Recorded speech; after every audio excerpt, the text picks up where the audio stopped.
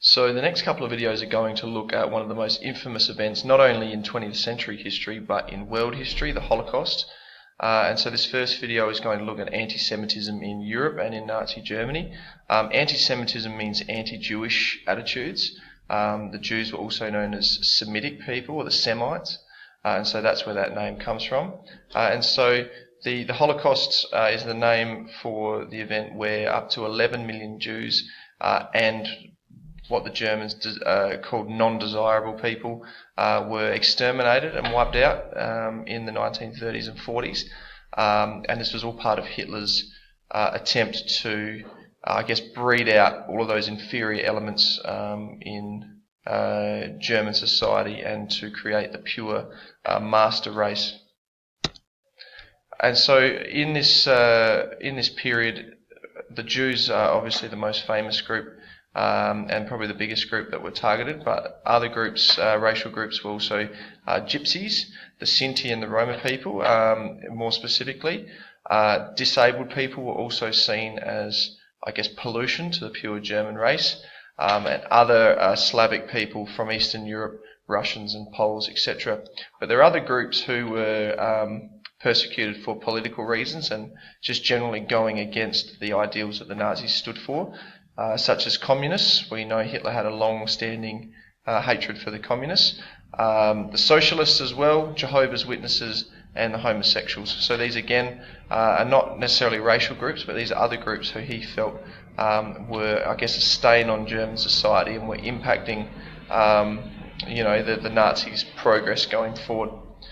And so, now we're just going to look quickly at the origins of, not just the Holocaust, but anti-Semitism itself. So Hitler blamed, like many Germans, Hitler blamed the Jews for a lot of Germany's problems after World War I, and even for Germany losing World War I itself.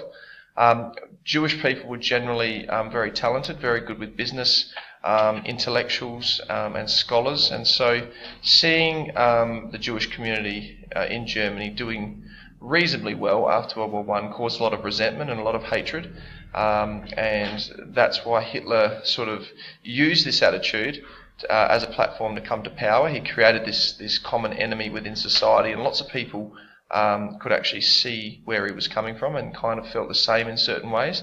And in Hitler's book, Mein Kampf, which he wrote when he was in prison in 1924, he outlined lots of things, but also his intention to create this German master race, and to do that he needed to expel several different groups who he felt were hindering German society. Many people think that this anti-Semitic attitude was sort of the brainchild of Hitler and he created it, but he didn't. Anti-Semitism has been around for a long, long time. And so going right back, to the birth of Judaism as a religion, this is going back at least 5,000 years ago in the biblical times. The Israelites were a group, generally a fairly nomadic group who moved around a lot, but they felt that they were God's chosen people. And all throughout history, even as far back as 5,000 years ago, the Jews were experiencing persecution, anti-Semitism.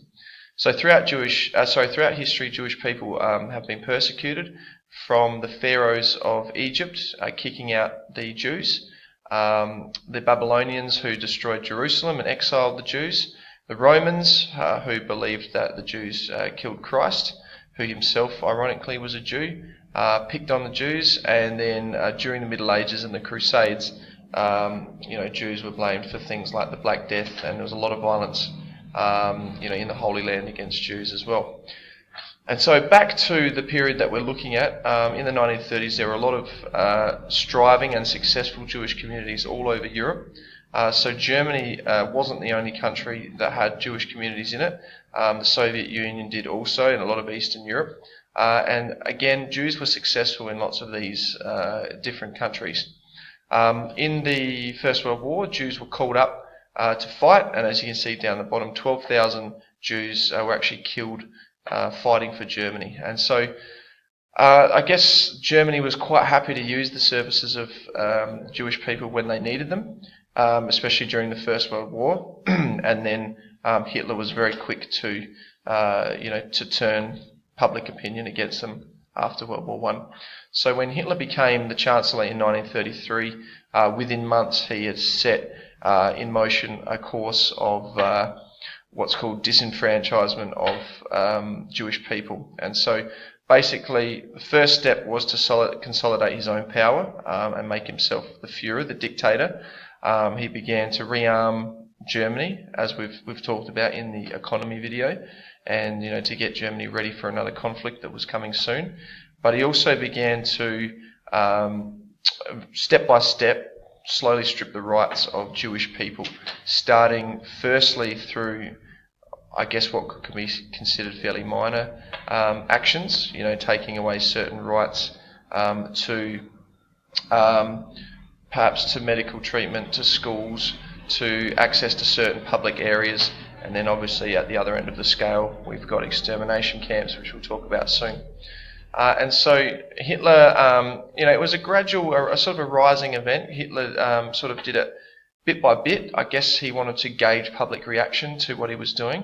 So I guess he felt that if he straight away started to murder Jews, he wasn't sure how the German people would react, and he could have some sort of revolt on his hands. So he did it very gradually, and you can see here different, a different progression of things happening between 1933 and 1935, starting by removing Jewish judges from the legal system, and that sort of period culminated in the creation of what was called the Nuremberg laws. And as you can read down the bottom, lots of harsher, more intrusive measures start to be introduced, such as Jews had their German citizenship revoked, marriage ceremonies were null and void, relationships between Jewish and non-Jewish citizens was forbidden, and you can see the sort of slow escalation that's occurring.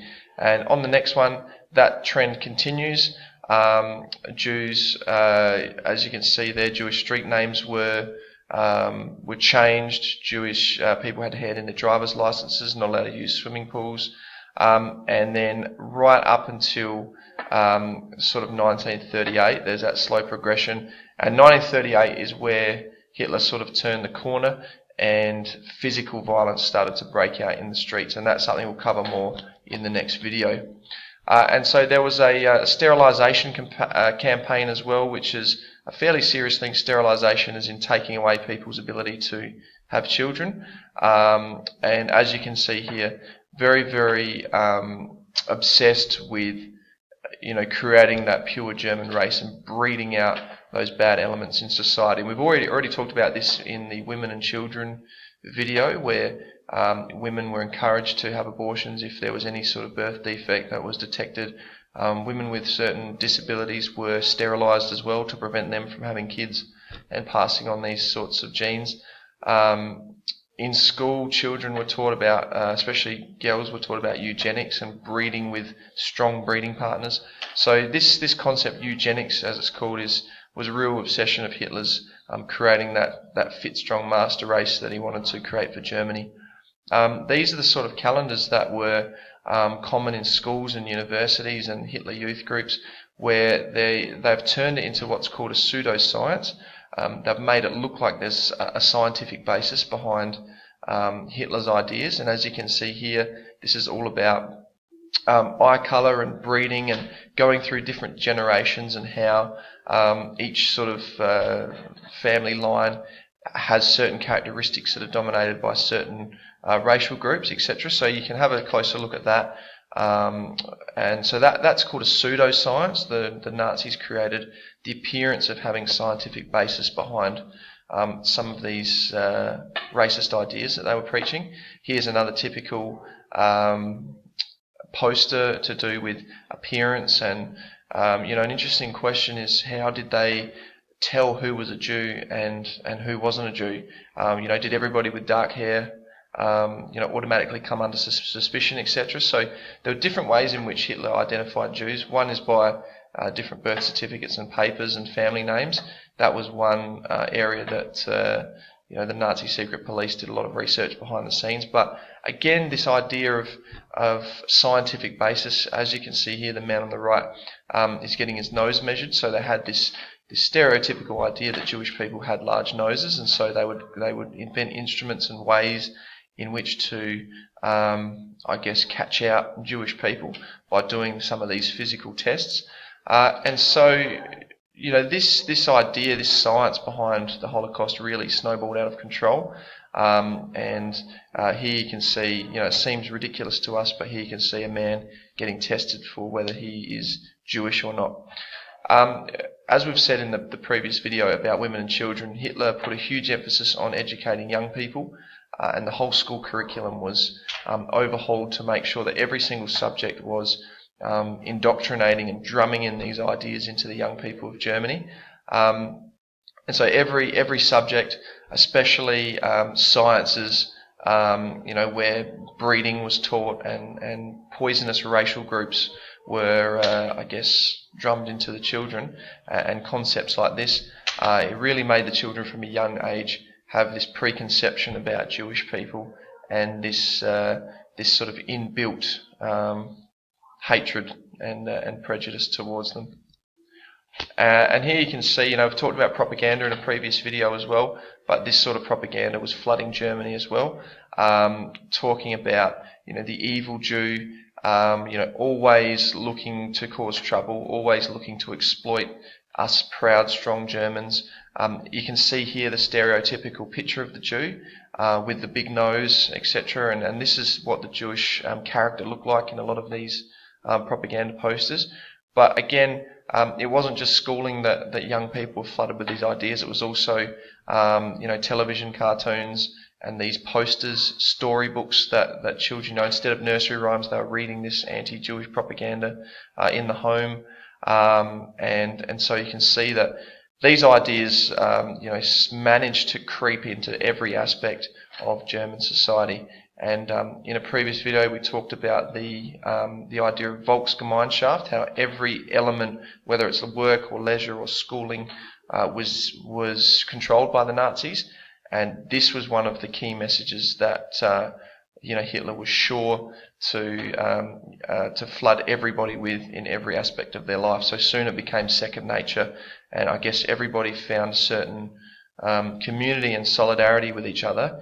Now that Hitler had created that enemy in society that was causing all of Germany's problems. So in the next video, we're going to look at the escalation of physical violence against the Jewish people that started with shop windows being broken and Jewish people getting beaten up in the streets, to the extreme end of extermination camps.